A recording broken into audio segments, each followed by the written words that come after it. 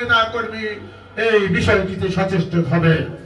আমি আজকের এই আয়োজন থেকে মাননীয় প্রধান উপদেষ্টা ডক্টর ইউনূসের দৃষ্টি আকর্ষণ করে বলতে চাই, আপনি যদি অশুভ শক্তির প্রয়োজন হয় বিস্তার সপক্ষে শাসক সত্যের প্রতি পাথর নিক্ষেপ করতে থাকেন, আপনার নিক্ষেপিত পাথর বুমেরাং হয়ে আপনার কাছের বস্ত্র ভেবে তছনছ করে দেবে, খান খান হয়ে যাবে।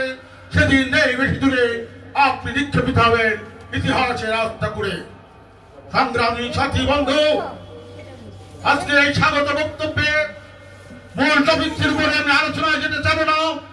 আজকে মঞ্চের পরিশুদ্ধ ক্ষুদ্র আলোচকদের বক্তব্য শুনব, আমরা লিপ্ত হব, সমৃদ্ধ হব, এই আশাবাদ ব্যক্ত করে সকলের সুস্বাস্থ্য দীর্ঘায়ু কামনা করে আমার কথা শেষ করছি।